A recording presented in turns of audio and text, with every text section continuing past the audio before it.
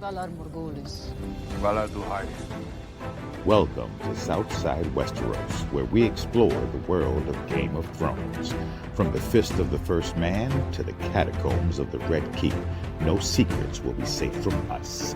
Enter and forever be changed. There is only one God, and his name is death. And there is only one thing we say to death. Not today. Today's episode will focus on the Night King, and specifically, did he win? Did the Night King actually win? Now you're saying to yourself, D, what are you talking about? The Night King got defeated. Spoiler alert, when Arya killed him. Okay. But one of the biggest plot holes in the Game of Thrones was, what was this man's motivation? We never knew. We never got an inkling of what was going through his brain. Everything was an assumption. I don't even know. And I get that you know this, but do you really know it? Did you really focus on the fact that this integral character never uttered a word, barely blinked?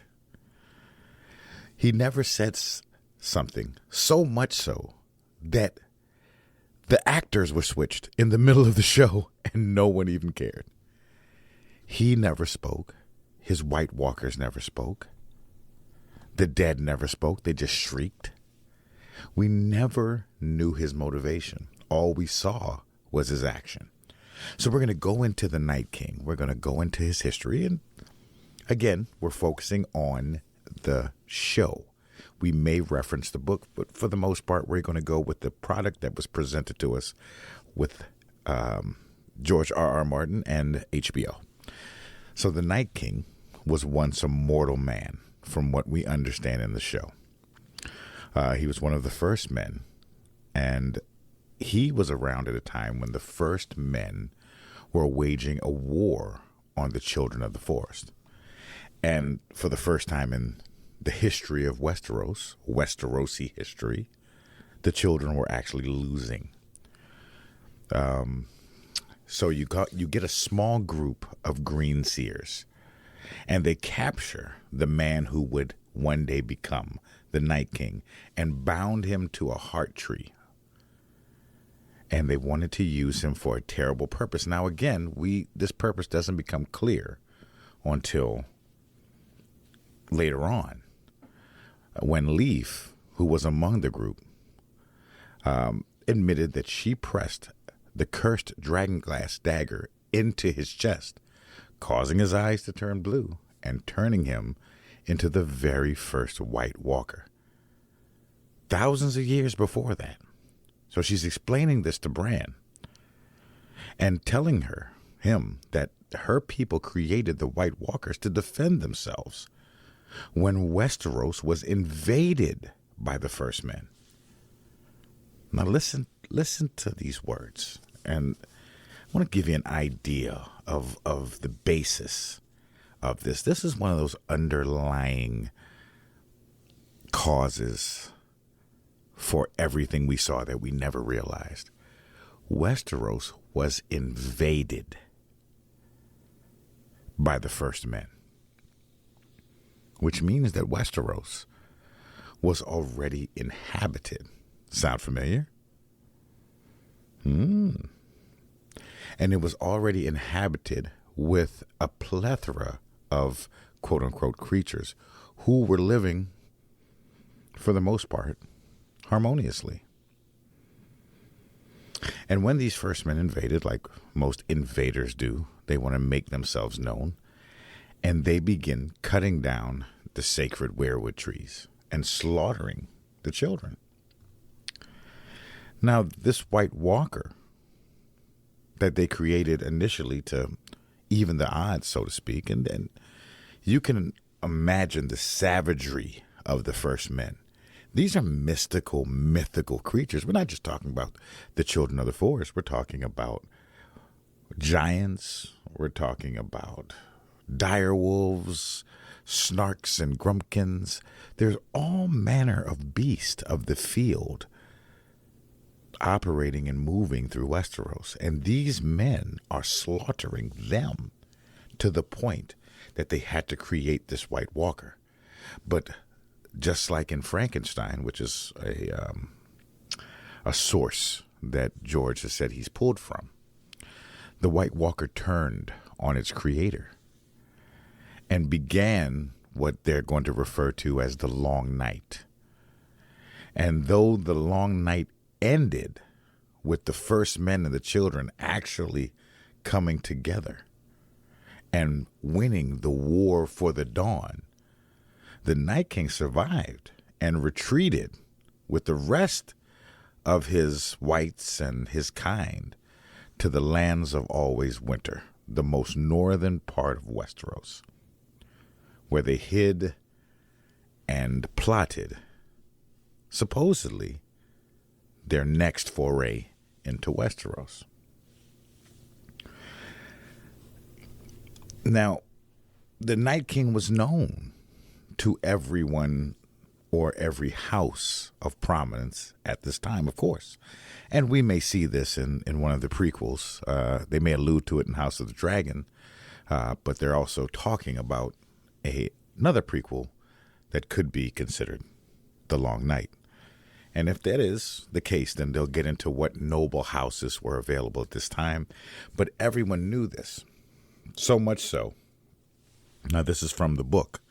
They reference it slightly in the show, but they never really get into this. But the wall was then built by the first men, the noble houses, the children, with the help of giants and mythical creatures. So everyone was on the same page at this point.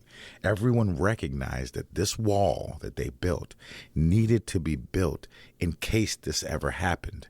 So that war for the dawn must have been 10 times worse than what we saw in A Song of Ice and Fire. Because when you imagine that, you're talking about mythical creatures at full force, giants and dragons and all of these things. And they almost lost. So this was probably 10 times worse. But we don't really see the Night King until season 4. That's when he first appears. And he appears in a vision from Bran when Bran starts to warg. He goes to the weirwood tree.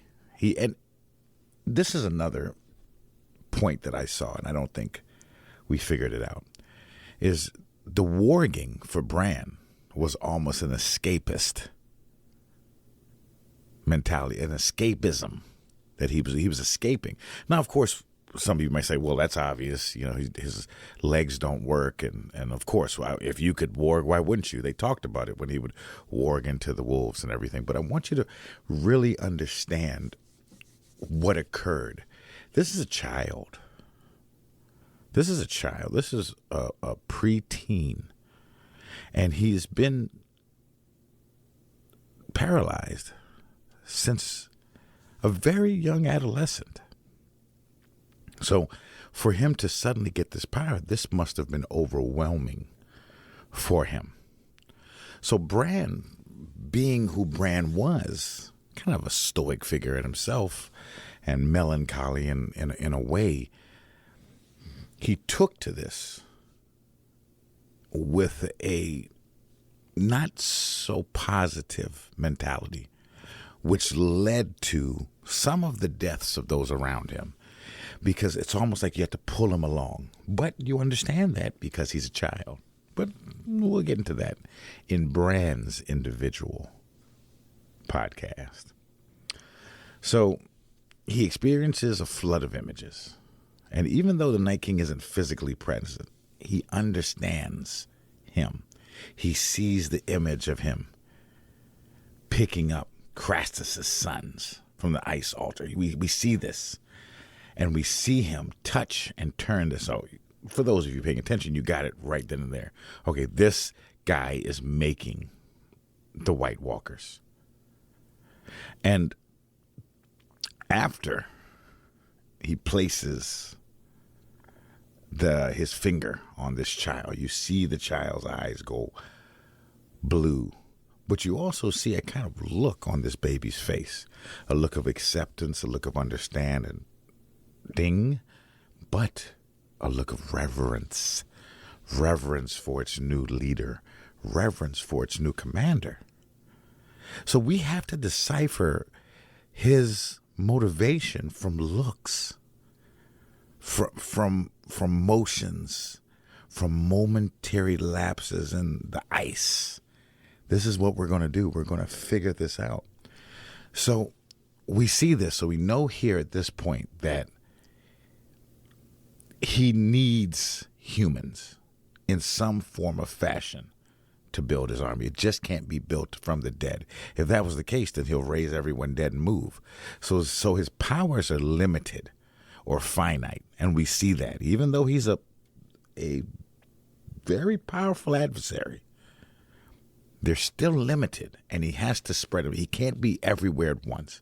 So what they're setting up the limitations of him while still not letting you know what his motivation is. So when that baby calms and you see them staring at each other and the skin start to glow and everything, we know that, okay, we're in for something. Now we go to night. We don't see him again until season 5. And this is when he appears, when Tormund and Jon are coordinating the evacuation of Hardhome. This is when everyone's pretty much starting to understand what's coming. Jon knows. Jon has seen it. And Tormund understands it. And now his duty is to tell everyone. So Jon has finally got them to help him evacuate Hardhome. Now, this scene here, I think it served to show the opposite of what the scene with Craster's son in the prior season showed. I think this wanted to show Jon what you're up against and show the audience what you're up against. And I may be wrong, but I believe the Night King let Jon escape here. And you might say, well, why? Why would he how do we know this? We don't know this. I'm sure if he could have killed everyone and added to his army, then he would have. Nah. I think this is the humanity that may still be somewhere deep inside this icy man. I want you to tell them I'm coming. I want you to let them know that they didn't destroy me the last time, and that this time I won't make the same mistake. He sees Jon slay one of his lieutenants, who, by the way, is or was a living person, with his Valyrian steel sword. But he wasn't very interested. He was kind of shocked at how good they were fighting, but he understands that I can clearly overwhelm these people. Now, they alluded to the fact that water somehow did something to the dead, but at the same time, you had dead pop up out of water a lot. So in this instance, again, if you have that many dead, you can create a bridge of dead bodies, like they did at the Battle of Winterfell when they put out the fire with just dead bodies. So he let him go. Now, why? I think it was arrogance. I think it was an arrogant move because it really didn't serve a purpose. And I think it was meant to affect the viewer in a way, give you an idea like, wow, this guy's powerful. And he doesn't play. So again, short but sweet. We don't see him again until season 6. And he again appears in Bran's visions. He's witnessing the moment when the Night King is changed by the children of the forest. He sees Leaf do it, and she explains the vision to him and why she did it. Now later, Bran makes the decision to experience the vision on his own, which is when the Night King touches him, and he loses the protection of the tree. The three-eyed raven tells him, "You messed up, Bran. You messed it up again." And this is the impetuousness of a child. It's confirmed with the mark on his hand, and he has to leave the cave, and that's when we say goodbye to two nice characters, a wolf, and then, of course, our beloved Hodor, who, even though he doesn't speak, from the DMs and from the messages that we got, people want a podcast on Hodor, so we will talk about Hodor in the near future. So the Night King and his army overtake the cave. I mean, this is when you really see what they can do. And I know Hardhome was something, but you saw with the speed of these creatures and what something that doesn't have to sleep, eat, stop, or even think can do to you when being commanded by someone who may be mindless, someone who may have evil intent, whatever. Children of the Forest sacrificed themselves to help Bran escape. The Night King sends his armies in, and they kill most of the children. Again, they kill Summer, they kill Hodor, and they kill Mara Reed. No, I'm sorry. They kill Hodor. Mara escapes. Now, the Night King enters the cavern and kind of glares at the three-eyed raven. And here is where I kind of paused this and looked at this scene over and over again. Because this is his arch rival. This is his nemesis. And what's being presented to you is that he's his nemesis because he's the memory of the known world. But I don't believe this. All right? I don't believe that that's the reason why he was so upset with him. I think, how do I put this? Well, it's plausible that the Night King wanted to end all existence. There was magic in place, and there were spells and things in place that kept him operating under a certain set of rules. So what I feel with the Night King is you can see, in his anger, the three-eyed raven is, you can see what happened to me. You can see what they did to me. And yet you can still help them. This is why I'm angry with you. If you understand, I can't talk, I can't speak, I can't let you know what's in my mind, what's in my heart. So you, and then this little Bran, out of everyone on this wretched planet, can understand what was done to me. I didn't ask for this. I should be dead. I should have kids. I should have a wife. I should have had a family. But no, I was forced to be this creature. I was forced into this wretched existence because I was a man. And you, three-eyed raven, you can see that. You're not the world's memory. You're my memory. You're the memory that I have. The only one that has that memory. And now you're training this kid who has that memory. And what do you do with that memory? You side with the evil Leaf. You side with the children. And I understand they were mad, but we needed a place to go too. We could have sat down and talked. You didn't have to make me into this creature. You didn't have to take my soul. What are you, the Blair Witch? You didn't have to do it, but you did it. And you're protecting them. So you've taken their side. So there's nothing else for me to talk about. Now, the Night King taking over the world. Him taking over the world. What does it do for him? Really, what does it do for him? Answer the question. He's a being of ice. He can stay up. in the north where there's no one and be happy. So what's going on? It's the spell. It's the spell that was related to that dragon glass dagger.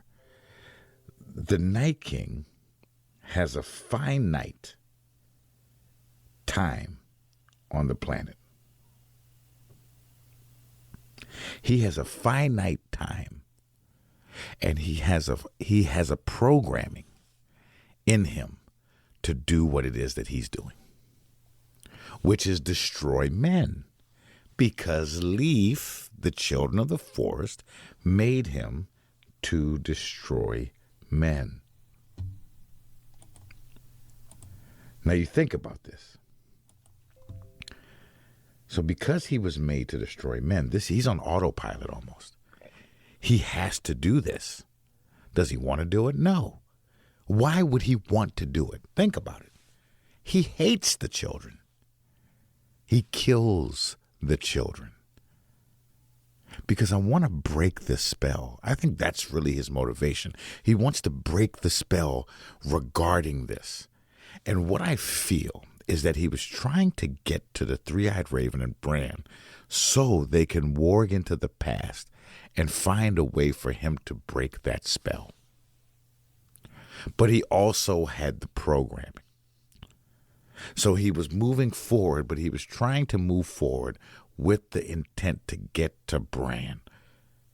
At first, he was trying to get to the three-eyed raven, and he couldn't get to the three-eyed raven because the three-eyed raven was in that protected tree, protected by the same magic that keeps him alive and that gives him his purpose. He's like a bird. He has to migrate.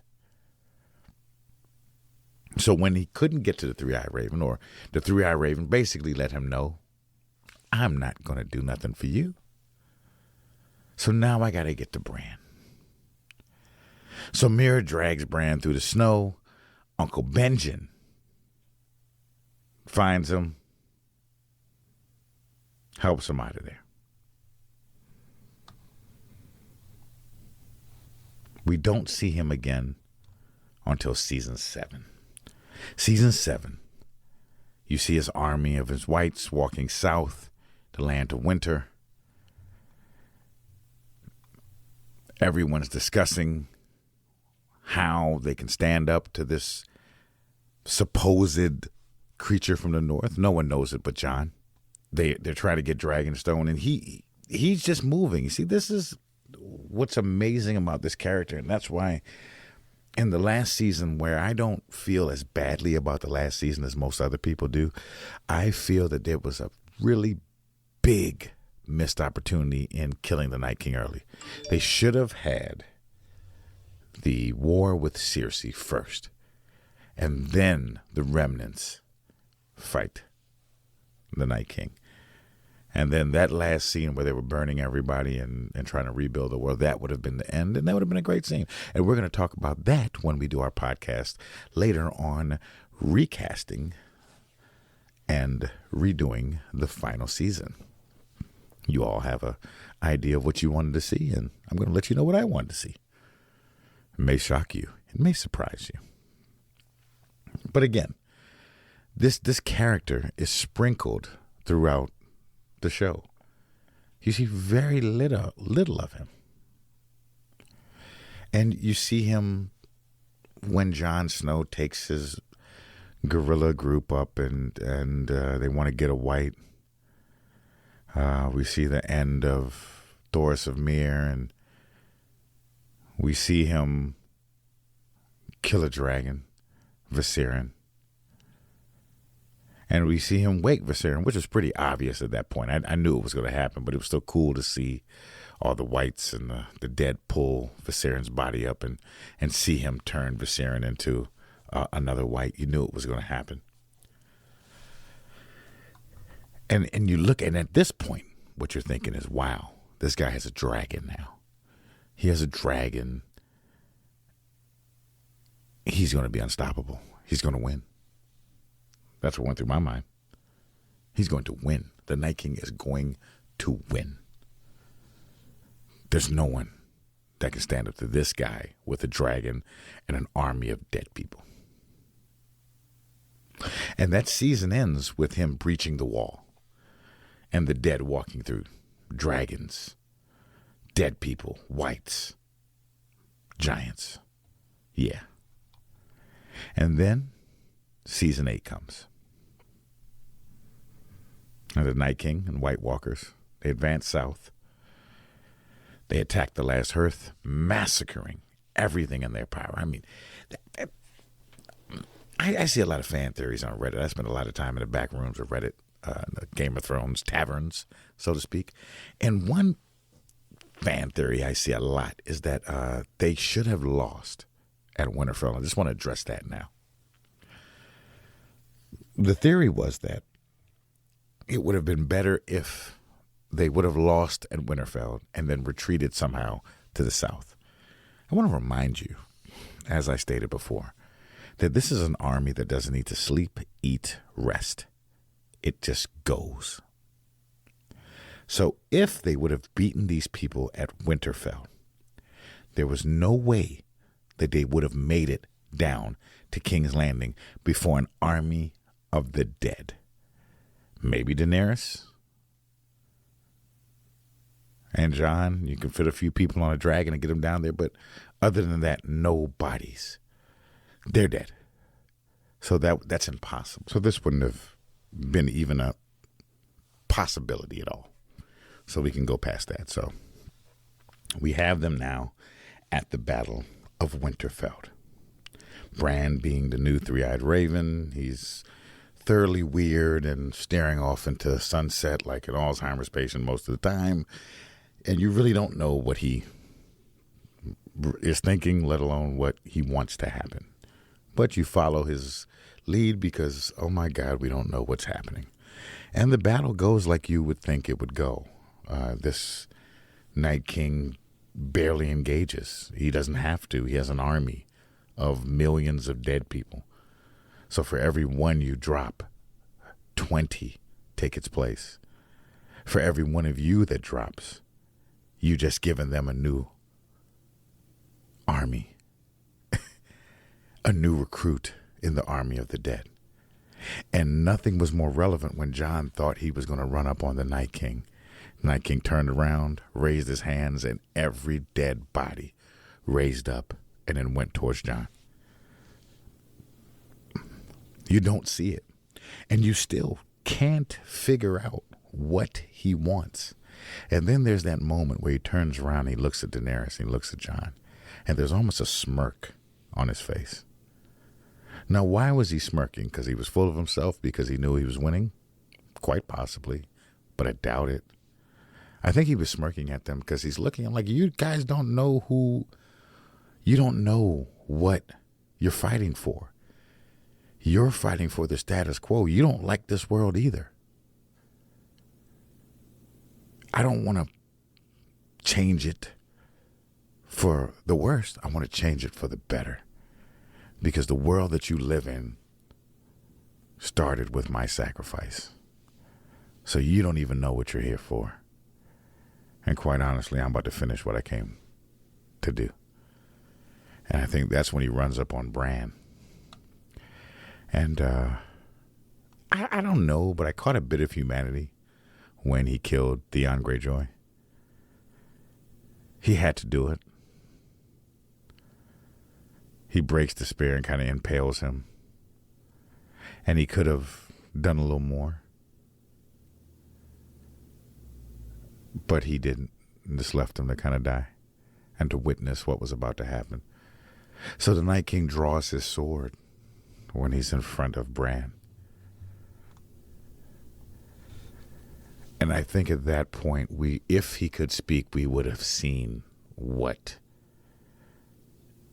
his motivation ultimately was. I think he would have said what his motivation was. And that motivation may have been to end the world. That motivation may have been to find a way to reverse his condition. Or he could have just been a mindless beast that was on autopilot. We really don't know. I think it was a little bit of the last two. I think he didn't know what he wanted, but he understood that Bran was the only one on the planet that could possibly give it to him. They sold you the narrative of him wanting to destroy Bran because Bran was the history of the world. I can't see it. I can destroy the world anyway. What would I care that you know the history of the world? Doesn't make any sense. Doesn't make any sense. Why would that make sense? If I am going to destroy the world anyway, if I can pick up basically everything that has ever died and use it to destroy everything that is living right now, why would I care that you have knowledge of the world? Now, maybe it's because you have knowledge that may beat me, but I doubt that because I've beaten the three-eyed raven, and now I'm standing in front of you. So I'm not worried about that particular amount of knowledge. I just don't believe it. Everything that we know about the character, and it is limited. Again, I've gone through his whole presence on the show in less than an hour, and really less than 30 minutes.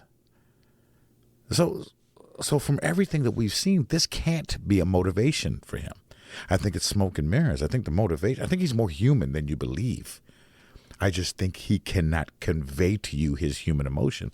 But I think that flame, that spark inside of all of us that makes us human, that's still relevant inside of him. Somehow deep, deep down buried in that iceberg. That's on the inside of him. And the hate that he still carries for the children.